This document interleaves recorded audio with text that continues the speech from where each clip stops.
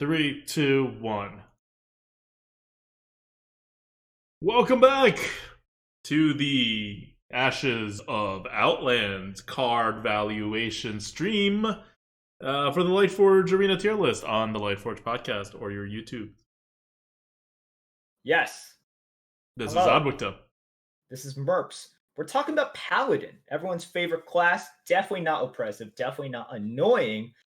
So, as we've seen in previous expansions, Paladin is always a class that gets the supremely overpowered cards that that make the class extra annoying. Is this the set that changes everything? No.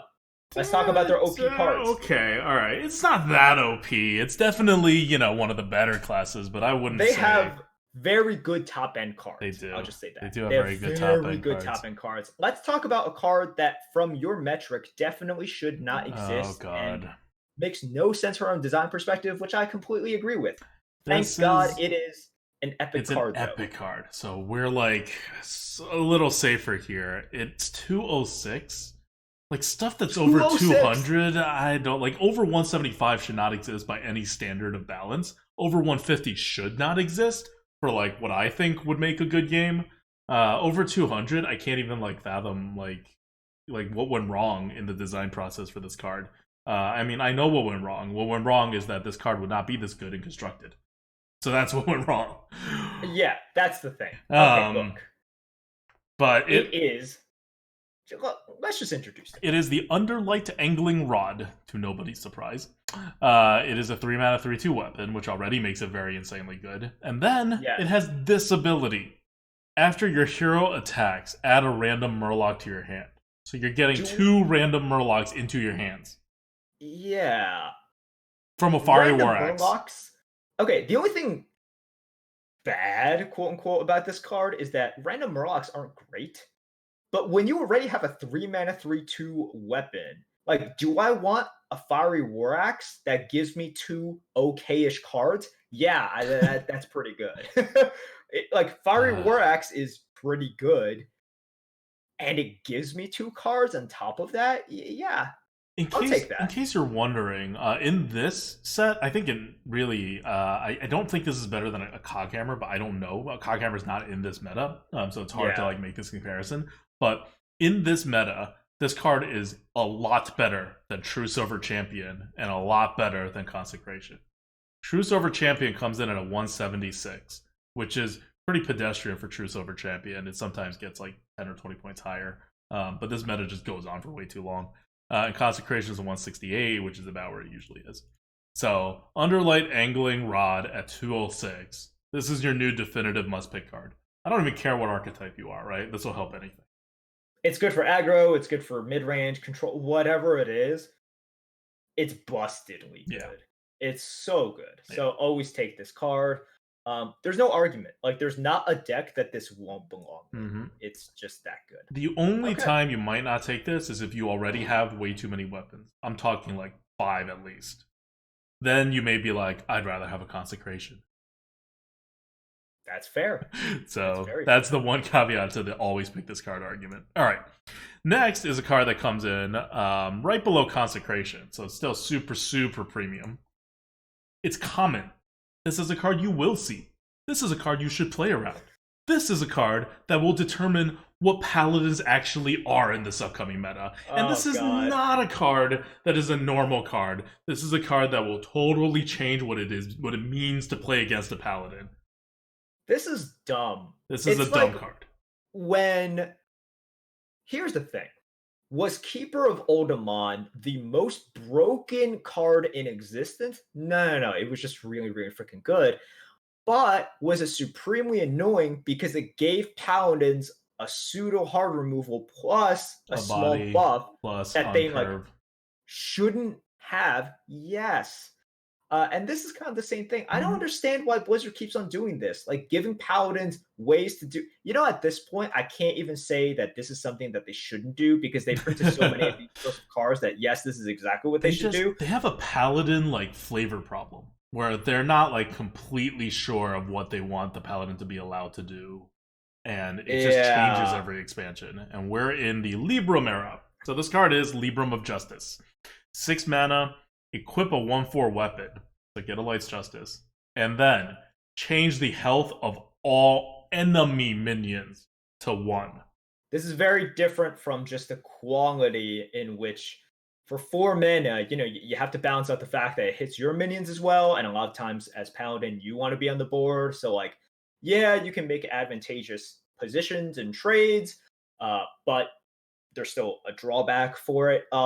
Equality, screw equality. We're past equality. We're in justice now. There is no equality happening here. This is just screw you, you're my opponent. Yeah. Yeah, it's just really weird. I mean, look at the 2 cards that we've established, or we've talked about so far. Between the Underlight Angling Rod and the Libram of Justice, it's sort of like, and then just think about all the cards that Paladin has in their base set, as well as all the weird expansion cards that they have. It's like, what's the identity of Paladin? They're just weird. They're just really strange. Like, from OTK stuff to heal stuff to Murlocs to hard removal to I just don't know. Whatever subdue exists, like, I don't know. Whatever it is, Paladins just have a lot of independently strong cards. This is like expansion after expansion after expansion. Paladin just gets really good cards that don't need a lot of support, that are just independently good. And a lot of other classes more often, I'm not saying always, but will more often get cards that require support, require synergy. Paladins just get really good stuff. Because you know what this like ability is? Change health of all enemy minions to 1. This is the Hunter legendary ability. Yeah. Because for some reason, because it reminds you of Hunter's Mark, right? But to like a board cleary thing. So they gave it to Hunter before, and now they're like, well, Paladins too, because Paladins and Hunters are similar. Like, and it's a common card too, so it's like very Paladinic flavor supposedly. It's very confusing of a card. It's like you have to play around this because this will screw you completely if you don't play around it. Yep. Like if the Paladin has like 1/1s on the board or like just other stuff that deals very little damage, like you got to clear them. You got to clear them. If you don't clear them, you're gonna get screwed by this card. It's too good. Paladins are gonna have too many of these. Yep. And so at worst, it's a hard removal that puts the weapon in your hand and you take some damage. Like it's silly. We've talked a lot about how good it is. Now the only thing holding it back, right? Its cost. The fact that sometimes you can't do anything with it. You can't really do anything with it some of the times. And that costs a ton. Like, that's actually really, really bad. Remember what we talked about before. If something is not playable or doesn't help you out, and it's 2 mana, that's fine. If it's 6 mana, that's not really great. Does it stop it from being basically an auto pick? No, it's still basically an auto pick. There's a reason it's rated below a Consecration. Consecration is way more flexible, way more useful in more situations, but it has less impact. True Silver and Consecration. Yeah. Yep. Because those are cheaper. Those are on average going to be a bit more useful, less situational. But Libram of Justice, man, when it hits, it hits. Yeah. Like, in terms of average swing that you get, it's going to be like much higher than True Silver Champion. But True Silver Champion is just one of those cards that it's like it's always going to be good. Very rarely bad. So Libram of Justice below True Silver, but stupid. And once again, we can't emphasize this enough. It's just stupid that they have this. Yeah, like it's stupid from a flavor perspective too. Like get out of like the good arena player mindset and just think like you're just a whatever player in like standard or brawl or whatever. Like why are Paladins doing this? Yeah, I think that in terms of like no one really complains about True Silver, even though some people might, but no one really complains just because it's a good card. But it doesn't sort of warp the way that you play around Paladins. It actually goes with their identity of like being a little bit inflexible, but just powerful, right? Libram of Justice busts a lot of those expectations. Yep. So it's going to be a lot more annoying than something like True Silver, which I think a lot of people see as a lot more fair. Mhm. So before with paladins, you're always pretty safe putting large cards out. Like you're gonna get Aldor and maybe like now you can get subdued, which already broke it. Broke the paladin archetype. Now you can get Libram of Justice, which is like totally flips the board, right? Like, especially if they already have small things. So, to whatever extent you thought you needed to remove paladin stuff off the board because you were afraid of buffs. Now, even if you have a read that they don't have a buff, you still need to remove all of them because Libra of Justice will screw you. There's just nothing like whether you have this card in your hand or not, Paladins just became a lot more powerful because people start having to respect the possibility that you have Libra of Justice. Okay, next is Imprisoned Sungill. This is at a 141. This is the This is the best highest imprisoned card imprisoned so far. Right? And it does not look particularly intimidating until you think about it more. It is. Oh no! As soon as I saw this, I'm like, this card is insane. Oh yeah. This card. As soon as I saw this, I'm like, no. This card is. I thought this would be one of the weaker ones insane. Actually. But it is a 1-mana 2/1 Murloc, dormant for 2 turns, and then when it wakes up, you add 2 1/1 Murlocs onto the board. So you have a 3 at 3 mana, you get a 2/1 1/1 1/1 on your turn 3, and you can play it on turn 1. This is, by the way, this is your. If you're wondering what the vanilla test would be for dormant, it's for each turn you delay it, give it +1/+1. That's the vanilla test for dormant. So if you have like a raptor for 2 mana that's dormant, if you want to get it to basically be a raptor when it wakes up, it's got to be a 5/4. Like that's how the vanilla test works for dormant.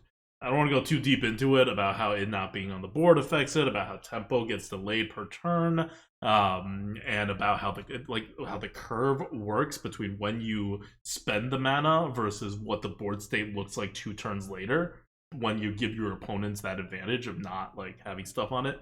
But we've mapped this out extensively in the algorithm, and we had done it before with Stasis Dragon, so this really didn't take that much more extra time for this. But generally, this passes the vanilla test. And it barely passes the vanilla test, so I didn't think too much about it, right? I was like, okay, it's going to be like a 100, 110 maybe. But the reason it's this freaking good at a 141 is because it is a 1-mana card. Yeah. Which means you play it on turn 1 when so often you would have literally nothing to play. That's what's driving this up. And 1-mana cards are bad. Why? Because they don't do a lot. And this solves that problem by putting just more stuff out on them. And also, a lot of the times, it's like, okay, why is Muster for Battle as good as it is, right? It's because you're giving your opponents too much to deal with. And once again, even 1/1s are really, really good. Like, for some other classes, Muster wouldn't be that intimidating. Like, you give Muster to Mage, and you're just like, cool. That's great. Have fun with your Muster. It's like, look, it'll still be good, but in the hands of Mage, you're just like, all right, well, that's fine. And in the hands of Paladin, Muster for Battle is broken. In a somewhat similar, but actually not similar at all way, Imprisoned Sungill, what it does is it creates too much stuff for your opponent to deal with in one turn, right? And that's exactly what Paladins need. Like, not only are they buffing, they overwhelm, and then they are able to choose, like, and cover up their inflexibility. So, something like Imprisoned Sungill, as soon as I saw it, I was like, okay, some of the other dormants are not good, especially for what they do. And some of you might be surprised because the 2-mana rush dormant, we were like, it's bad because of the stats, because of the way that all turns out. But because of the way Paladins play, because of what this gives you, it's a premium. It's going to be really good. I would be shocked if people played with this and didn't find it good. Yeah. Like the first game that you play with it, I think you'll find that it is really, really good. Yeah, it'll be very noticeable because it's not a complicated card. Like when you start playing with it, it's a little complicated to think through because of how it interacts with the curve. But when you play with it, it's obvious. Yep. Okay. Next is 136, Hand of a Doll. 2 mana, give a minion +2/+2, draw a card. This is a card where when it was first revealed, people on Arena HS was like, best card ever in Paladin, and I'm just like, what? It's good. Like, why was this ever a contender for it? It's It's good. like 2 mana +2/+2 isn't even that good. We have like Mark of the Wild as an example for it, and yes, this is much better than Mark of the Wild, but like it's Yeah. not. I mean, this is like 45 points better than Mark of the Wild, but Mark of the Wild starts off at a pretty low place. So, I mean, would you? It's good. It's This is 136, so but it's here's the not thing. it's not It's super premium. 2 mana for just +2/+2 is under tempoed, Yeah, right? And drawing a card is great. So look, 136 is still very good, but under tempoed buffs, and then you draw a card, it's like not exactly what you want. Is it better than Blessing of Kings? Yes, it is. It definitely is better than Blessing of Kings. We have it like 10 points higher than Blessing of Kings. Is it that much better than Blessing of Kings? No, because Blessing of Kings, the buff, the 4/4 buff, even though you're paying the same amount of mana, that 4/4 matters a lot more than just the +2/+2. mm-hmm. So, yes, you're drawing an extra card for the mana cost, but the Blessing of Kings um, breakpoints are much more relevant, and that's why this is only 10 points higher than Blessing of Kings. I think that makes sense. Yep. Mm-hmm. Okay. Going more down into this. Let's go with Yeah. And once again, we shouldn't undersell how good 136 is. 136 is like 6 points above a scribe. Yeah. It's better than a scribe. Yeah. So if you still think scribe is really, really good, which it is, which it is, yeah. It's just like, we've been hyping up cards like Underlight Angling Rod, which is just sort of we establish is better than any other freaking card. And I think that's true. So Yep. let's not you know, let's not use that and then forget about how good this is. For example, we have a Outdoor Peacekeeper at a 145 and Mm-hmm. Hand of a Doll at a 136. They do very different things, but Outdoor is something that I think, everyone knows and loves, and we're like, yeah, that's sort of the premium breakpoint, right? 145 for Paladin. And I think that's fair. Hmm. Okay. Okay. Next is Libram of Hope. We go all the way down to a 111. 111 is basically where what's Amani is, right? Yeah. So it's okay. You prefer not to have it in your deck, but you'll take it. It is restore 8 health, summon an 8/8 guardian with taunt and divine shield. Good.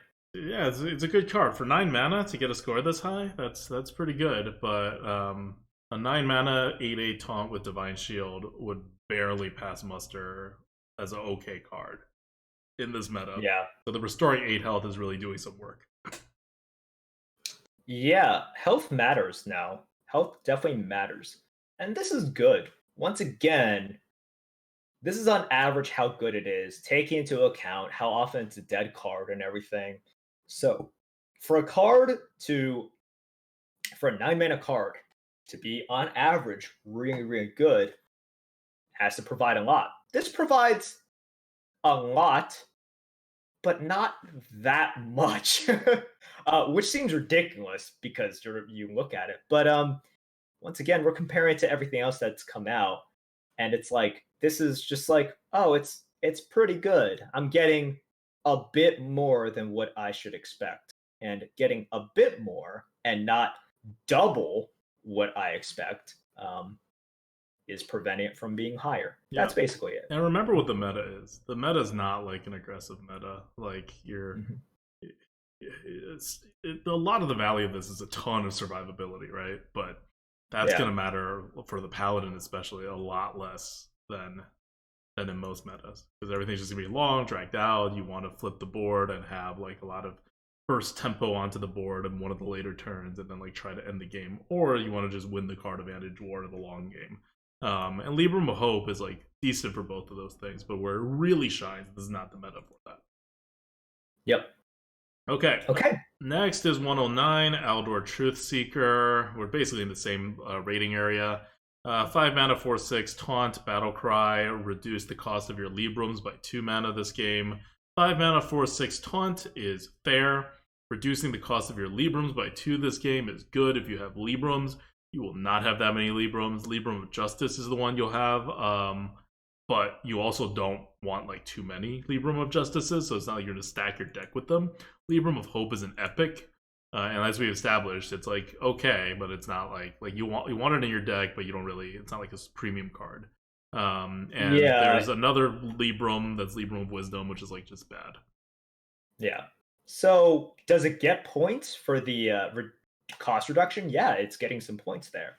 But yeah, once again, we're not a constructed deck here. You're not going to be able to sort of cash in on this as often as you guys might think you'll cash in. Yep. Next, we're down all the way to 92. So this next Aldor is even worse. Aldor Attendant. 2 mana, 2/3. Battlecry reduce the cost of your Librams by 1 this game. So it's reducing the cost by less, and it's a 2-drop, like a well-statted 2-drop without taunt. Is what it is. It's fine. It's fine. Yeah. Finally, we have one last card, which is the final Libram. It is the bad Libram. 2 mana, Libram of Wisdom. Give a minion. It's a hat. It's a hat. Give a minion +1/+1 and Death Rattle. Add a Libram of Wisdom spell to your hand. So it's an Explorer's hat. Yeah. It's just the Explorer's hat all over again. It's a 77. It's just real slow. So slow. But yeah, it's a hat. I liked Explorer's hat much more because it was a hat. Yeah. And you can think of it as putting a hat on a minion. And what the heck is a Libram of Wisdom? Is it a book like she's reading? I think it is a book. It's like you have knowledge and that makes you more powerful.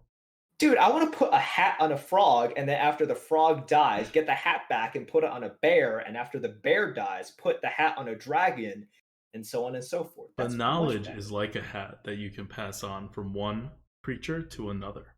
Boring. Alright, well that's the Paladins. Yeah, like the Libram of Justice is the one that's going to warp everything. Yes. The Hand of Adal is going to continue this tradition of buffing that we have with Paladins. That's alright and on theme. But the Libram of Justice is going to make for weird games against Paladins. Yeah, I don't know what else to say. Alright, let's talk about the legendaries. Let's talk about the legendaries. Class a little bit. We can start with one thing with I do want to point out one thing with Paladins is that their 2 big weapons are not here anymore. The Silver Sword, not in this meta. The what's the 4 damage? Vine Cleaver. Vine Cleaver, yeah, also not in this meta. So your Paladins are going to feel a little different than what you have been used to for a while now, because one of those 2 weapons are in almost every meta. That's true. Yeah, very true. Yeah. So the Paladins here may be like a little slower, a little more control-y, which fits the meta. Yep. Okay. We are now in Legendary Zone. Legendary Zone! First, let's go over the crap one. It's Lady Liadrin. 7 mana, 4/6. Battlecry. Add a copy of each spell you cast on a friendly character this game to your hand. You're not going to do that often. You're not going to have as many buffs as you think you will. And once you get it... Okay, so the other... what was the card I'm thinking of in that... That it actually casted on them, yeah. Yep.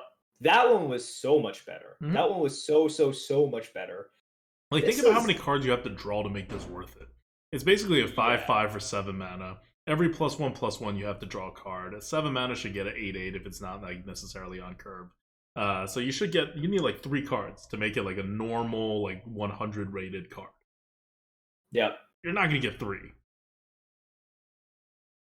And even then, it's like for Paladins, playing a severely understated 7-drop is not good. Mm-hmm. That's not what you want to be doing as a Paladin.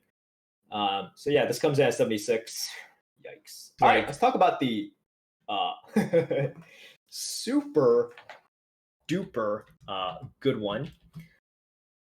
Do you wanna introduce this It one? is Murgurgle. 2 mana, 2/1 with Divine Shield, like a shielded minibot. Death Rattle, shuffle Murgurgle Prime into your deck.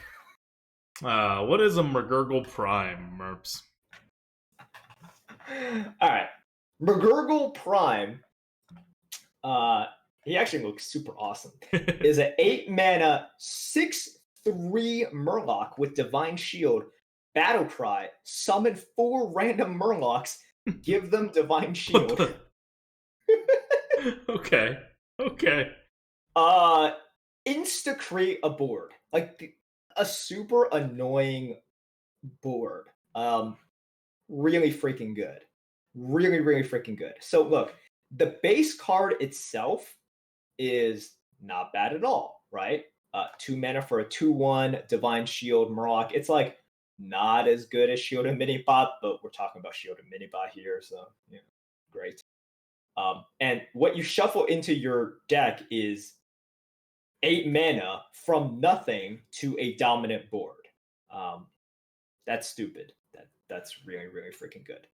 Yeah, that's why this is a stupid 178 score. Because the base card itself is like, okay, but as you see with these prime cards, if you're shuffling that good of a card into your deck, it does matter. Because a lot of these prime cards, you guys will hate it, but they're sort of just like, I draw it, and if I can play it, sort of like a Dragon Queen Alexstrasza effect without the conditional Highlander, right? If I'm able to play it, I most likely just win because I get way too much. You know, if you get that 10 mana double 9/9 taunt or 9/9 taunt and then a rush, if you get this 8 mana, create an entire Divine Shielded board, you just win the game. So yes, shuffling a I win card into your deck is really good. Yep. Mhm. That's it for Paladin. Let's give some shout outs. All right. Once again, let's give some shout outs to our Patreons. Thank you guys for supporting us throughout the years. 4P, Aaron L, Cheng Yin, Dan F, Eric L, Feldingox, Jordan W, Math and Carnage, RV Night Train, Torjado, and Yin. Thank you guys. Thank you to the 7 arena players left. You guys make the queue times less than 10 minutes, which is pretty fantastic. Thank you to everyone watching and who have been watching from the beginning and perhaps who have just joined. Thank you. You help us make almost minimum wage, and we appreciate all of you guys. That's it for Paladins. They're playing basically the same way, which is a confusing and annoying way that they always have. And now with extra hard removals that also work as board clears. Yep. All right. See you guys. Next video, we talk about Priest. Bye.